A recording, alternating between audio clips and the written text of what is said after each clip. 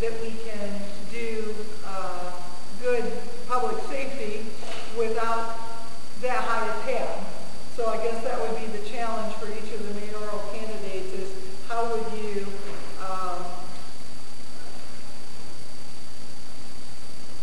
provide the best public safety service with keeping an eye on budgetary constraints. And any of you?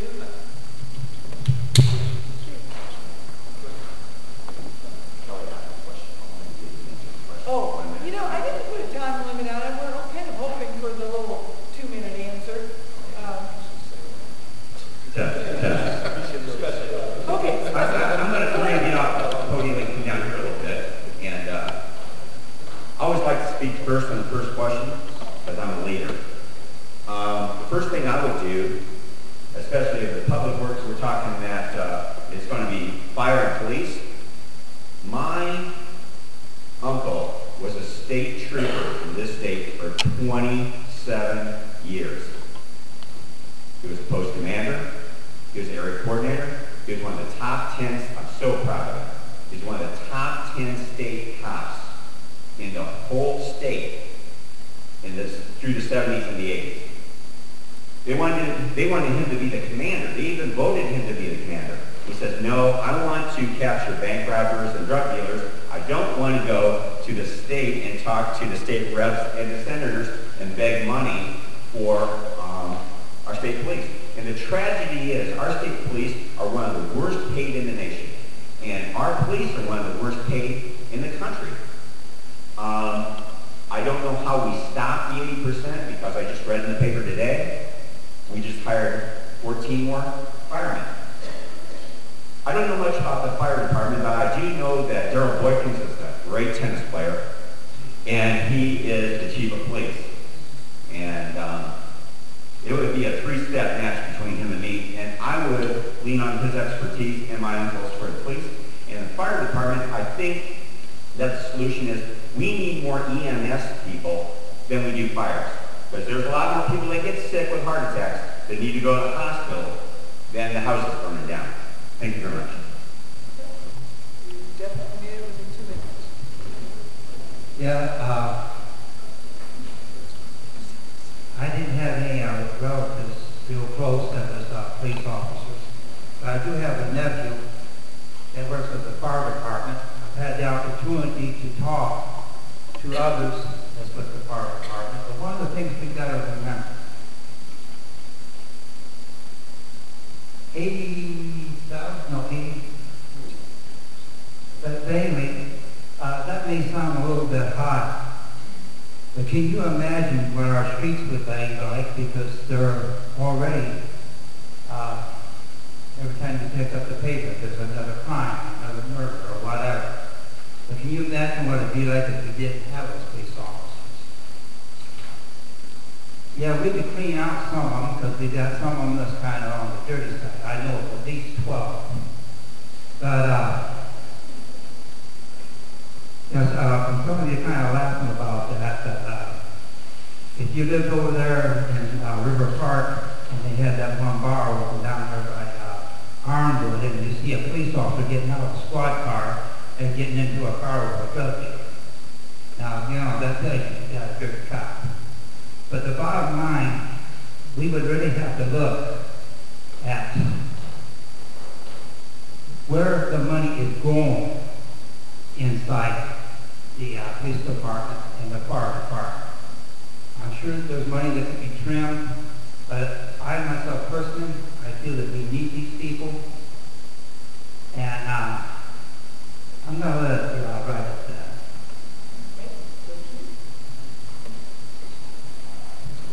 Briefly, number one, I'm really proud of the job that our police and fire departments do here in the city. I know we actually had a fire at our house about a year and a half ago. We were doing a renovation in our house, and the painters removing paint actually caught the house on fire. It happened to go up in flames when they were out having a smoke break in their truck out front. My wife Angie was the one who realized the fire was happening. So after I tried to put it out with a garden hose for a little while, we had about 3 different fire departments show up and get the fire out, really what seemed like minutes. And I know that's a big advantage that city residents have over somebody who lives in the county.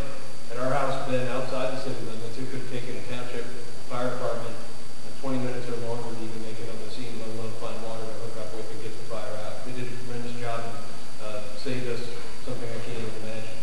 That's an advantage we need to play up more. But there's still money I think we can be saved. We've seen some partnerships happening between city and county police departments, and I think we can actually expand on that. There's a lot of overlap really between what the county sheriff's department does and what the city officers do. I think we've had some great successes with, for example, the county metro homicide unit, where you have representatives from Mishawaka Police Department, St. Joseph County Police Department, and the city of South Bend working together to save money in one combined unit. I think we can see more of those examples of saving money. But in the end, I think you need to be careful as well, because you get what you pay for. That's true for anybody.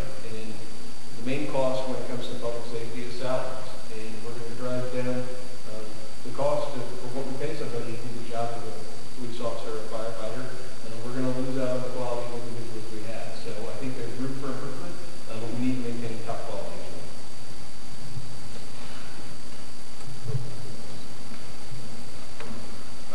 I think I was going to start it off saying 80%. How the general budget works is 80% of it is separated between public safety is the business, police and fire. Another 10% goes to public works, and they make up the other portion of their budget from fees that they charge, so they can cover that.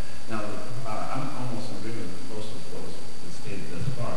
We need to be careful about how we address budgetary cuts or limiting our public safety. They are our first responders, and so I think we can do a better job. I think we can, like the whole budget for the city, I think we should examine it and assess it. I think no candidate can actually say the perfect comfort, exactly how the budget looks in the city right now. We have some best guesses and some best examinations, but we're not certain. So I think it would take us to review the budget itself with a fine-tooth comb, then determine there's ways to make cuts into the budget or adjust the budget itself. That being said, what we would like to do when we come mayor is have a community police review board so we can synchronize or strengthen the relationship between the citizens and also the police department. There is some relevance. We have some good cops and great cops, but also we have some perceptions that the community doesn't work well together. By doing that, that will change how we view crime or how crimes are reported in our community and change the condition of the relationship that leads to decline in the crimes. And so by doing that, that doesn't increase the budget. What it actually does is doing something new and innovative, at the same time not adding any pressure on our current budget. So we need to look at other ideas. I think Ryan mentioned how the homicide unit uses collaborative work between Mishawaka, the county police, and the city police. Yes, there's other ways to do something similar in other cases as well. It could also be the old nest system where we have the gang police or community policing as well. Because we want to get to a place where we can actually have foot patrols back into our city again. And those are based upon budgetary constraints, which won't allow us to do so in our current position. So we want to really look at how we can make these cost-saving measures at the same time, not limit the services of our police and our fire unit. Also was mentioned that our emergency medical technicians, or EMT, I think it's called, referred to, every fireman now who's hired, the 14 who were just appointed or honored with being a new fireman, has to go through a particular amount of training. But it is true there are fewer fires in emergency that need medical attention. So from now on, each new hire will have that training. And it's also a cost-cutting way of approaching the budget and other restraints in our community. So, well, a long answer for a short question. Thank you. Thank you. All right. That was Barrett Berry. Wayne Curry. Yeah. Yeah, I'd like to say that 80% of the general fund is the operative word there. What happens is these TIF districts that are out there, let's just say, for instance, the last time Mayor Lincoln came and asked for an increase in county option income tax, I've heard that the number was like $30 million sitting in the airport TIF district fund. So this is what's happening is the general fund has been robbed by these TIF districts. Now, TIF districts are okay as far as the initial startup cost for infrastructure, but what happens is they've been abused and they actually stay offline for way too long. Now, that's one of the options that we've actually discussed was one of our council members has suggested that there was some way that we could actually lease the fire and police services of these our public safety officials.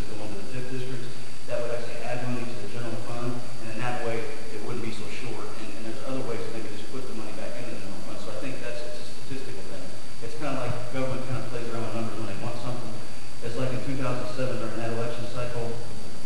You know, I want to say that the police and firemen out here do a wonderful job keeping our city safe. But in 2007, it came out that South Bend had a worse crime rate than Gary, Indiana. Well, South Bend did a little research and found that Gary was playing footloose and fancy free statistics. What they did, they took and divided aggravated assault into 4 categories. Assault A, assault B, other assault, and aggravated assault. And only aggravated assault counts on the FBI crime stats. So South Bend started doing that. It used to be if somebody came to your back door and actually tried to pry the back door open with a crowbar and you saw those marks on the back door, that was attempted burglary. No, now that's vandalism. If somebody does a drive-by on your house and you're not home and they spray your house with bullets, I've heard that is even counted as vandalism now too since you weren't home. So in this way, the statistics have been dropped and it looks like there's fewer crimes than there really is. They just change the way they keep track of them. So you got to be careful when people start throwing statistics out there and do a little research. But thanks.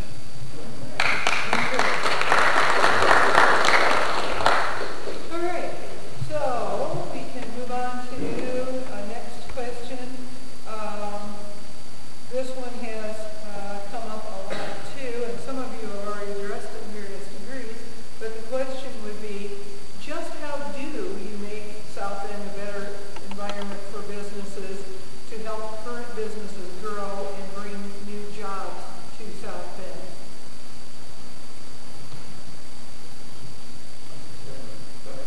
All right.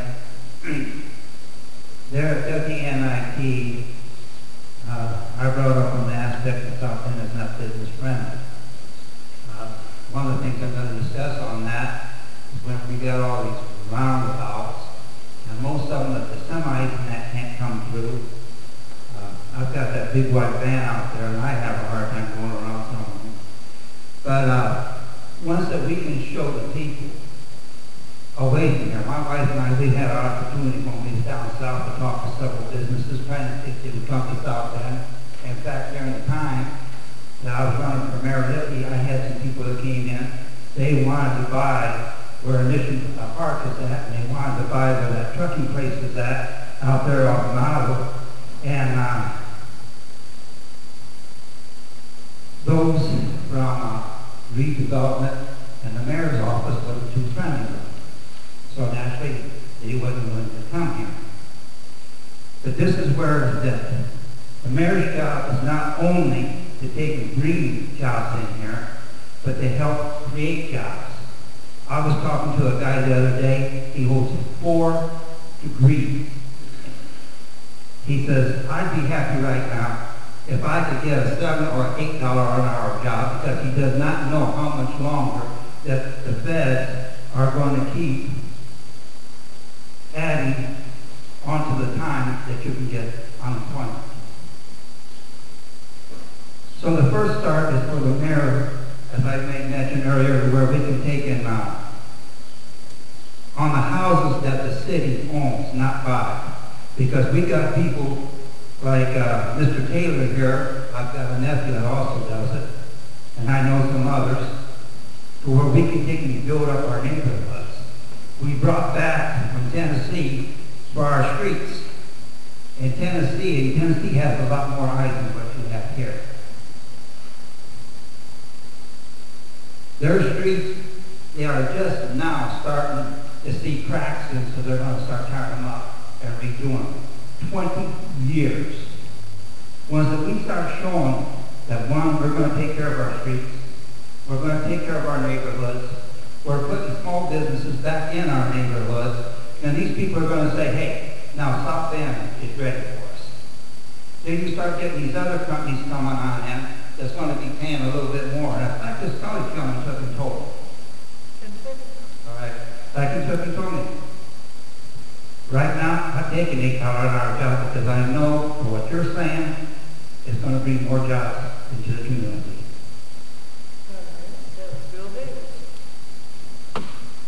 There's a number of things we can do right off the bat. Number one, the city government needs to be a much more friendly environment for people to do business. We're going to institute a model that's sort of roughly based on what Fort Wayne has done fairly successfully, where when someone comes to the city with a project, with a proposal, with a request, they're essentially assigned one person to act as their advocate for the process.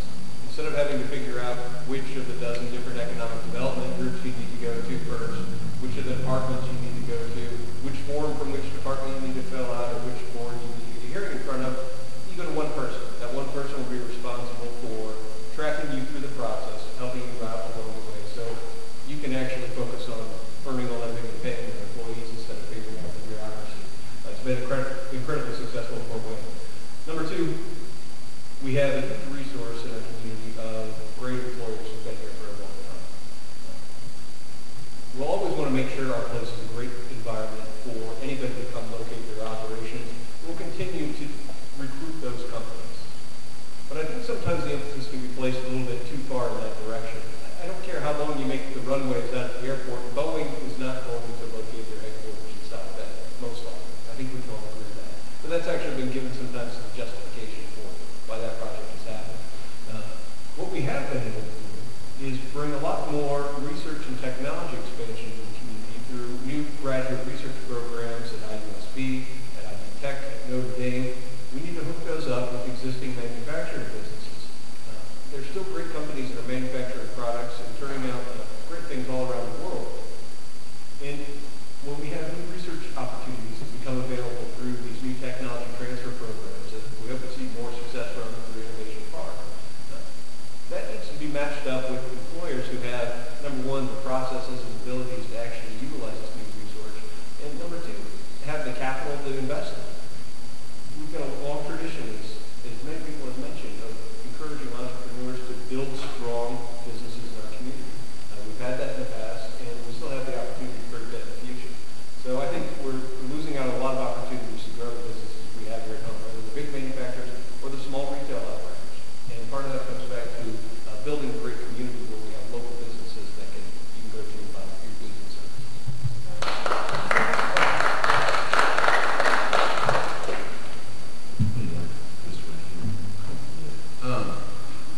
About 5 different points that I want to do this, and we have about 7 actually. I'll share 5 of them. One is the Jobs Council, which is a regional approach to business growth and development. It's been already proven to work in our nation by utilizing the best efforts from those businesses and organizations and groups who focus on business development every day. That would be the different chambers of commerce, also including LPARC, making a regional approach to grow business here in our city. Project Impact, Project Future, the different chambers, the 4 chambers of commerce in the city of South Bend, LPARC Chamber of Commerce, and others. And I mentioned earlier the St. Joe Chamber of Commerce is already bringing that concept to the table and having those meetings now to grow business here in our community. And the second one is let people know that we're open and available to do business. And Ryan mentioned an idea which I also share, but we're creating a concierge type practice within our office of mayor, meaning that the city of Boston, they have an office for small business development, entrepreneurship, something similar to that, where you can come in and streamline the process for getting your business off the ground or identifying those resources that are already in place. That way you can move faster as far as you have a startup or a new business or already a smaller business who wants to grow. That's another way. Another way we want to look at it is utilizing some best practices with amazing results in the city of Atlanta. In their region, they have about 150,000 employers, and they're pushing this, that hire one Atlanta is their concept. Here we call hire one South Bend. There's over 1,900 employers in St. Joseph County, about 5,400 employers in the city of South Bend. They would just hire one person. Every employer will hire one person in St. Joseph County. We have an 8% increase in employment.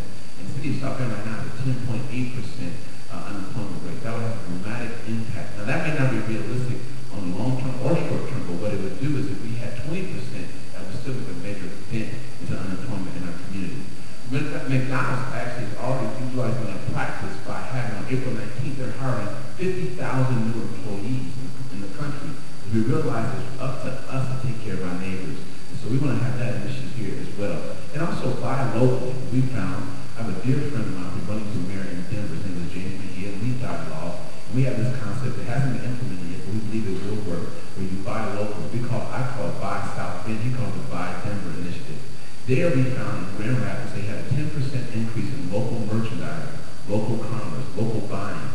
And as a result of that, 1,600 new jobs were created, and over $3 million was increased in the payroll. Those are some of the initiatives to spark new growth and development in our city and attract new business investment and sustain those businesses that are already here and get our neighbors jobs, good paying jobs.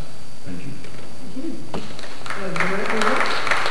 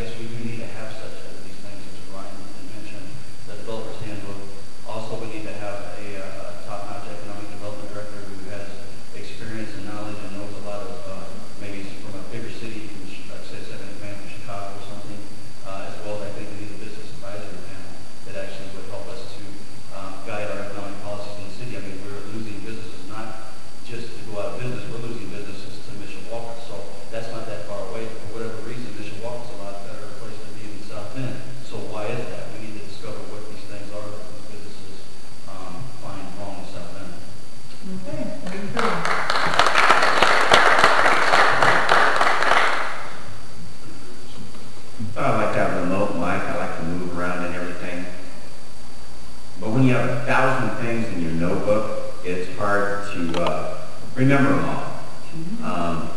I don't care about 2 minutes. I'm going to make 3 points and try to make it 50. The SBA, Small Business Administration, has a program of mentors called SCORE. These guys are CEOs of companies locally or in the state or nationwide that you can touch bases with to mentor you for free. That's who we got to get to. You got to have a horse in the race. I can't tell you exactly how much I got, but I'm well invested in real estate in the community, and I have a horse in the race. And I'd like to point out a friend of mine, Jerry Iverchek, in the audience, who is a major real estate investor in the community and provides affordable housing and land contracts to people that can't get things, can't get loans through the bank. And we need more people like him. And to attract people like him, we got to make the city business friendly. You have this dollar house program that the mayor had. You can buy the house in the worst neighborhood as long as you put $50,000 in it. Well, that will never happen. They also had city plan, like Wayne said. I went to many of those meetings, and they said, we need more green places in the city. Well, I approached them for the corner of Indiana and Kimball, which is a whole city block that we mow every year, 12 times. 38,000, I walk up to them. Here, I have 40,000. I'd like to make it a park. Well, you have to jump through this hoop. You got to jump through that hoop, and you're politically connected. And who's going to do the sidewalks? And where's your plan at? On our side of town, I live over by Lombardi and Temple. I go by the park on Washington Street, and we have a Spanish community playing soccer. Well, it's not like a pickup game of 5 or 6 guys playing basketball. These people go to soccer games. Grandma, Aunt Sally, Aunt Rosita, and there's hundreds of people at these soccer pickup games. And they're complaining that they're parking on the grass. Well, the city didn't make a parking lot for a soccer field for 50 or 60 people to show up. Where are they supposed to park? You know what I mean? So they say that the community has problems that the city isn't solving. And we have people that are willing to do things. I mean, how long has the LaSalle Hotel been empty? A guy walks up to the city and hands them a check for $400,000, they don't take it. They say they're not going to take tax dollars. We spent $50 million on Riley High School and closed LaSalle High School as a high school. We need new leadership in the mayor's office. And it's up to you, South Bend, to make the change. Thank you. Very cool. Did everyone get a shot at that one? All right. As a follow-up question, there's some of the traditional mechanisms of attracting businesses are tax abatements and the creation of TIF districts. Do you think those mechanisms are working as they're currently implemented? If not, how would you change them? And I guess as a little side note, do any of you have a handle on how much money is currently tied up in the TIF districts? Okay. Since I went last, I'll go first. We send money to Washington, D.C. I don't believe in TIF districts at all. It's a joke. Oh, we don't get TIFs, or we don't get this, and we don't get that. We send $1 to Washington, D.C. We get 38.5 cents back on the dollar. Who are the TIFs? You're the TIF. You're Mr. TIF. You're Mrs. TIF. We're the TIFs. It's our tax dollars. It's not theirs. It's like they said. We don't want to buy $900 toilets through the government. We need the property, the money to stay in the community. We know best. I don't need to know how to run in Tampa Port. I don't need to know how to run in Fort Wayne. The smartest people in this town are the people sitting in the audience. The smartest people, the best mayor would be a person that speaks for the voice of the people.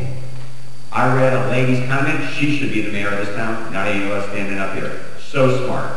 We got PhDs that have invited me to speak at Notre Dame. PhDs invite us all to speak at Indiana University.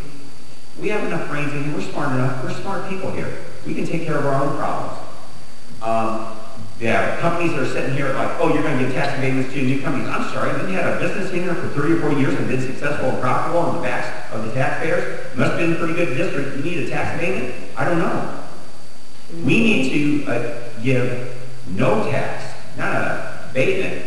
We need to go to Chicago and say, anybody that wants to come to South Bend, just bring your company here. Because the taxes that the jobs they create will overwhelm what we'd ever collect from their company. Thank you. All right, okay. Tax and tax abatements. I have to somewhat agree with Mr. Taylor here on all things. But one of the things about TIFs, a lot of our TIF money is being spent not on the people, but with special interests. But the tax abatements, I've heard at the last meet the candidates here last year, and well, we can't bring businesses in here without tax abatements. The situation that's going on out there at the Nation Park, tax abatements are only supposed to be if you're going to be hiring 100 or better people. It doesn't mean that you take and bring in somebody, only hiring 20 people, you're going to do away with the taxes for them. Tax abatements in Tennessee is 25 and 50%. That 25 and 50% means we still got tax money coming in, it's not coming out of your pockets. Thank you. All right. That's Bill Davis. Mine are taking turns. TIF money and tax abatements is clear. There's 6 tax and criminal fund districts in the city of South Bend. One is recently being closed on the south side because they think they're done with the development there. They can work. I think it hasn't worked most effectively in our community because I think it's been biased as to how it's been implemented. And I think what we need to do with this regional approach to business growth and development, which I shared with the group just last night, will require more parity in how it's distributed in our communities. And so other neighborhoods won't be left out of the development and growth in our city. So they have proven to work not only here in South Bend, but other communities as well. But I think they've been biased as to how they've been used. And I say biased, not by individuals, but they have some parity in the use of the tax and criminal funds for development in our city. It can also be a benefit to workforce development. There's been proposals that this possibly could work. We utilize some of those funds to support educating those who have been left, will be left behind with the new and next technology or new and next economy. So we have a growing number of individuals who need that support so they can have the skills to go ahead and compete for the jobs that will come in the near future. So that's important. Now, as far as tax abatements go, tax abatements can also work if there's 2 ordinances right now being debated in the city of South Bend. I think both of them fall short of being perfect. I think they need to be, as your mayor, I would take the lead on coming with a new tax abatement form that one vote would do. We would have to guarantee that if you do use city funds for a tax abatement, which are really not, you don't pay taxes, you pay taxes over different incremental amounts over time. So you will eventually pay taxes, but if you get a benefit for not having to pay taxes, then you have to then take care of the citizens. You have to hire a certain percentage of South Bend citizens for taking our tax abatement here in our city. And also, you have to pay at least an $8.80 wage, which really is right above a living wage, not below a living wage. So you have to pay that. And I would push for a living wage of living wage is $12.90. Probably what I think is $8.80. I think it mixed up right now because I don't have paper in front of me. But they at least have to pay the minimum amount of $8.80 per job for the tax abatement, with an incentive that they pay the $12.90 an hour for the citizens, so you have a living wage. That would be the goal and the objective of it. So if you get a tax abatement, you don't have to pay taxes over time. You have to take care of the citizens of South Bend. I believe if you live in South Bend, you should be able to work in South Bend if you seek a job. And so whatever instrument that we can use to make certain that individuals here, our neighbors here, have jobs, we should utilize those tools.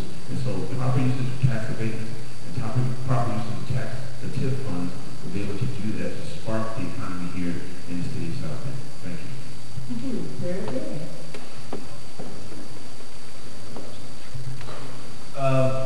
On TIFs, I think it's important to note that it doesn't have anything to do with federal money. It's all local money. It has to do with increase in assessed value of the property from the project is captured and turned into the TIF district.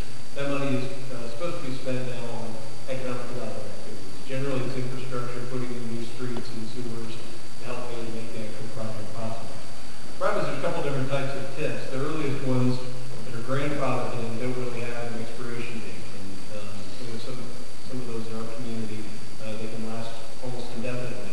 The more recent TIFs in the legislature would put expiration dates on them. So essentially, you would make them last long enough so they can issue a bond to pay for the infrastructure to make the project possible. I think those types of TIFs work well.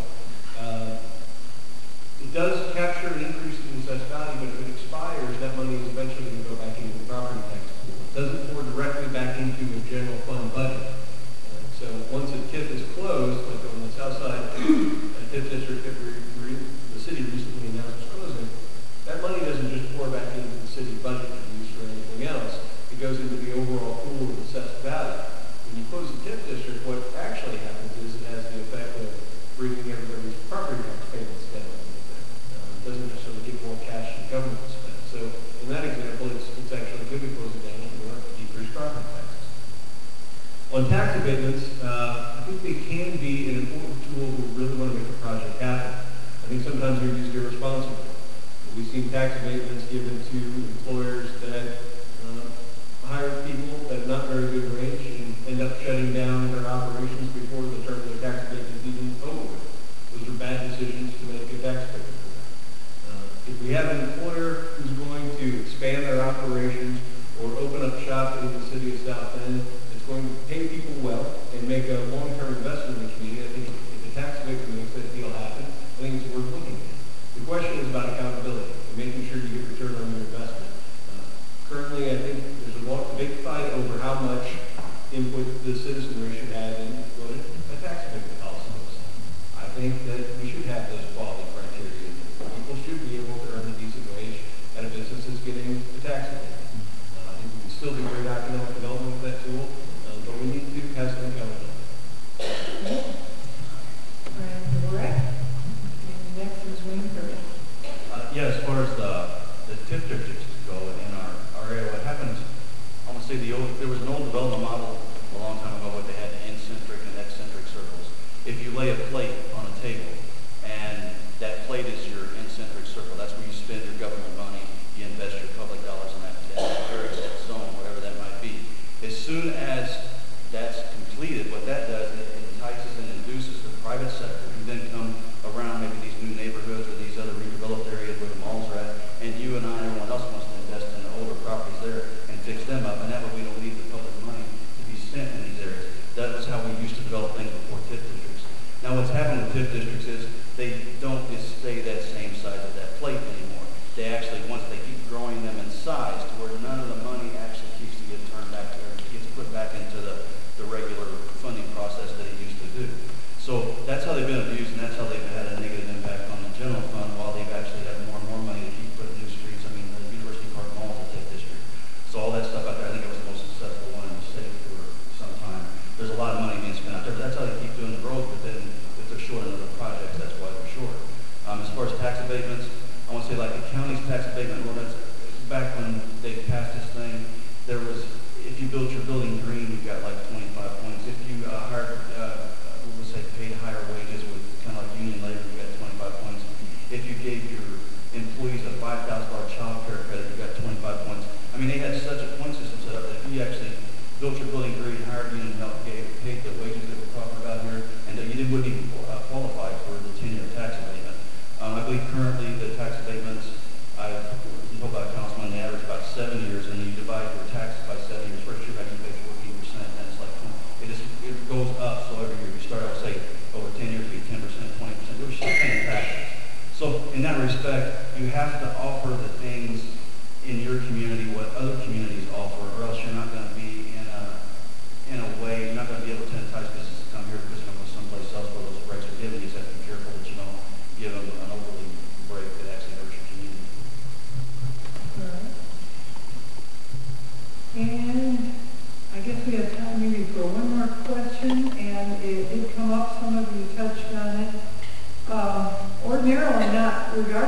being under the responsibility of the mayor's office, but there were definitely questions about what could you do to help South End schools. So that would be our next question is, how would you use the mayor's office, or should you use the mayor's office to help with the school corporation?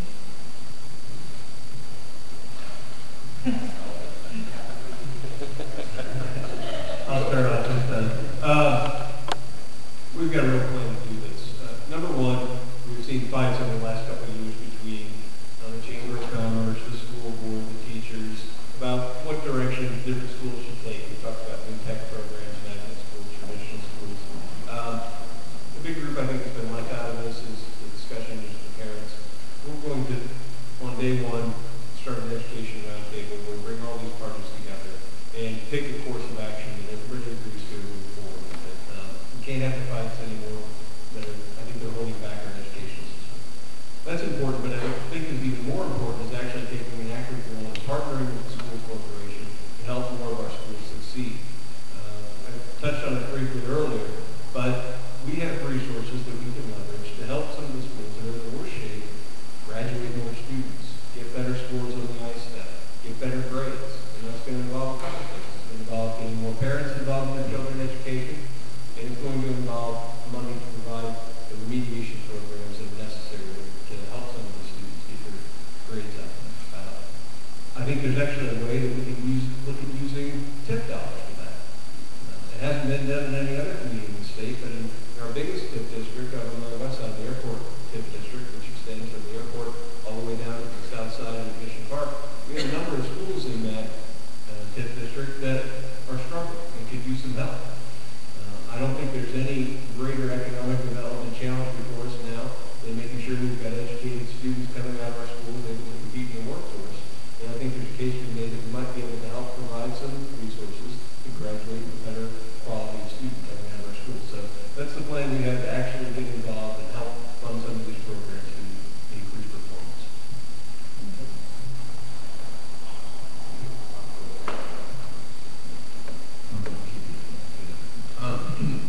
Public education. I want to be known as the mayor, the education mayor. Right now, currently, the way we have it set up is that the public school system is totally separate from the mayor's office. Totally separate. Two different budgets, two different responsibilities. What we found is from best practices, we believe this is a place of crisis in our city, meaning that our children are failing. You measure education by the bottom of the who's doing the worst demographics. So how we approach it is this. We looked at some best practices in Maryland, for instance. The former mayor of Baltimore now is the current governor of Maryland, but he started as a business education roundtable, where they started off as a task force and then sprung it out to be its own private entity. I use that as an example because Montgomery County, which is in Maryland, uses also a business educational roundtable and the best public educational system in the country. What they do, and I believe this to be true as well, they bring together business leaders, educational leaders, parents, and teachers and alike to come up to strengthen STEM education, which is science, technology, engineering, and mathematical skills for their students. But also, we want to take a little further than that here in the city of South Bend because not all of our students will be performing high in particular areas. We need reading comprehension and standardized test scores and also math skills here first and foremost. And so we will pare it down to address those needs and looking at how we can fund best practices. One being an after-school program such as the Boys and Girls Club. It costs about $80 per student. They're able to do for $40 for the parents every year. That is business making an investment into public education. We can do that, and we will do that. Also, we want to look at becoming the city of mentors and mentorship. So two ideas we have. The one that I participate in now at the Harrison School on the west side, which is a mentoring program where they bring in boys twice a month. You provide the mentoring and educational support, and also their parents take responsibility for their growth and development. We believe that it's a pilot program. We believe it can work very effectively. So you want to see that and use this business educational roundtable to create public and private partnerships to fund that program. And lastly, short for my time, I have other ideas as well, but there's an organization, the two, Blue Teachers Center out of San Francisco, Chicago, looking at doing this. They've been able to create 90% retention rate in Northern California in one particular city with their teachers. They went from 50% to 90% by having this organization come in to assist the public school. We want to be able to bring that in our good office as mayor to support retaining our teachers in our public school subsidies are doing it now, and we too can do it here. And lastly, just looking at my time is up, is this. We're going to have, you can't mentor 30 minutes a week or an hour, which many individuals do in our community. What we're going to do then is look at what they're doing abroad here in the States, where you can sit at your computer. And in South Africa right now, what they do is they actually mentor students in South Africa from your desk using new technology, which is basically Skype or whatever measure you may have, so that in their community in South Africa, the average age of an adult is 35 because of HIV and AIDS. And so we understand that not all the students we found in our program on the weekends is that many students are challenged with their social ills. And so you can't expect them to succeed in school when their homes are damaged. And so they need someone to mentor them. And so we want to provide that, giving several different options using new technology, which is computer to the student, wherever they are in their school, as well as individuals going into the school. We want to be the champion for education and mentoring in our city. And we can do that and being separate from public school and the mayor's office and not changing our roles and responsibilities in those offices. Thank you. Okay.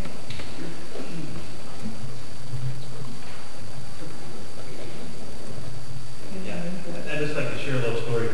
I was working at the Robinson Community Learning Center with the Youth Justice Project. And in this project, rather than sentencing kids through the typical juvenile justice center, what they did to kids would be committing, say, maybe pickpocketing or doing different things like different stuff in stores, and they would send it to us. And we'd be a panel of community people, and we'd sit around and bring in the store owner and the kid's parent, and then us as a community, and we'd say, well, how can this kid make this right? And then also, if there was a part of this, what can be done to this child to actually, in the future, try to build this child up to where he won't recommit. And one particular instance, this kid was like 14 years old, and when he went through, he was a baller, he was a good kid, he kind of went in, he said, some other kids let him in there, and he with some stuff, he got busted for it. But what we found out during this interview was that he was dyslexic, and he's 14 years old, passed through school, going all the way up, couldn't even read yet. But somehow he'd gotten that far along in school. So we found out that in order to help this kid, what we did was found some people to actually teach him how to read and get over to dyslexia, and then he had to go through the little process where they do the community service and everything else. But in that manner, we've got a lot of kids out there who, I'm going back to my developmental assets thing, building assets in our children and assets in our community. There are 40 basic building blocks, and I think as a community, we can actually, whether there's kids that don't have parents, in some cases the parents don't care, they raise themselves. Other cases, the parent works all the time. They're out there pretty much raising themselves. They're just going to turn out the way they turn out from the streets. So unless we reach out as a community, churches, community groups, individuals, what we can do is actually, you can actually, let's say, for instance, if a parent gets a hold of these 40 assets, and they actually start trying to instill these into their child, install these assets until they reach the age of 20. And what happens is, say you're working on, you're reading 3 hours a week or whatever you're doing, you can actually have seminars in churches and other places like this to community projects and different things like that. But as a community, you actually reach out to these kids and prepare them so they can learn better. Teachers and principals and superintendents, no matter what you do in the schools, if the kid's mind is not prepared before they get there, they're not going to learn. And as a community, we have to reach out and do a better job of that. Thank you. Yeah, on education, that's one of the things that, because I ran for school board a while back, but I have to go back to when I was in grade school, and I was fortunate enough to have a teacher that cared enough to help me, because I was one of the falling behind quite a bit. But in Tennessee again, first of all, the mayor's office and the county and the city, they do have a certain amount of say dealing with the education. That's why I shared that other earlier. But I got one more thing that I didn't share then, I should share now. The University of Tennessee, they put on a summer camp every year. It's free, and it's mainly for those who are not fortunate enough to have the money to pay for what do you call the teachers that help out after school? Tutors. Tutors, yeah. They can't afford the help of tutors. So what they do is, these students help these kids. Some of them are slow learners. Some of them, for other reasons, may not be able to keep up. But they do this. They hold 3 camps This is what the university, and it's free. To help these kids catch up, as I said earlier, with all the stuff that they've done down there, dealing with education, they're further ahead than what our children are here. They don't have the crime. They don't have the bullies in the schools like they have up here. But the mayor's office does have some influence dealing with the schools that they just stepped up. Thank you. All right.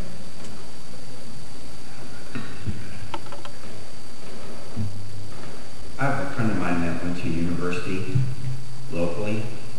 He was from Nigeria, Lagos, Nigeria. His father was like an ambassador for the country. He spoke 6 different languages. We have a rising Spanish population in America. And first of all, I would implement Rosetta Stone into every school and start teaching our children from first grade to be bi or trilingual.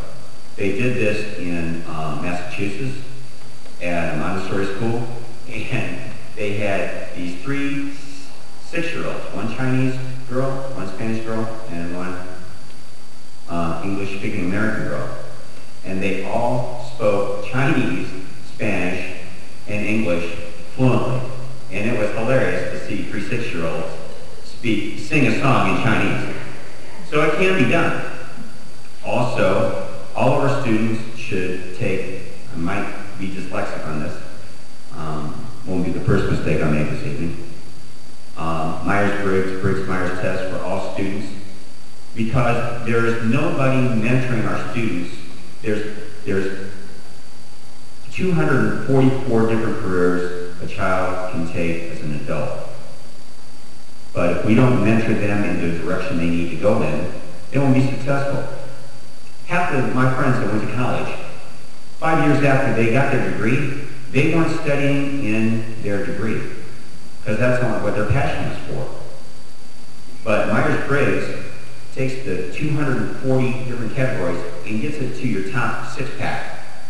And if you pick one of those, you won't quit it. You'll take that profession for 20 or 30 or 40 years. But when you have 200 choices, it just gets confusing. I reached across the aisle, I talked to Joe Donnelly in the street or at the Chocolate Cafe, and he said the problem with the funding of federal governments for schools and stuff like this, you don't get the test scores, the check doesn't come from Washington. Flat out. We did a huge disservice closing LaSalle High School. The dropout rate was 20 to 25%. All those kids that got displaced to all the other high schools, the dropout rate of those transferred kids jumped to 40 to 45%. Ryan's grandfather built this church, and he's looking down on us, and people, we got to do a better job. And I just wanted to say, I don't know how much time, that 30 seconds, is that I reached out to the lady in Washington, D.C., that's the school superintendent that was successful, the other school principal that they did a movie on, and bringing people from out of there and show us how they made their schools successful. Thank you. All right. Okay, that concludes our question and answer period.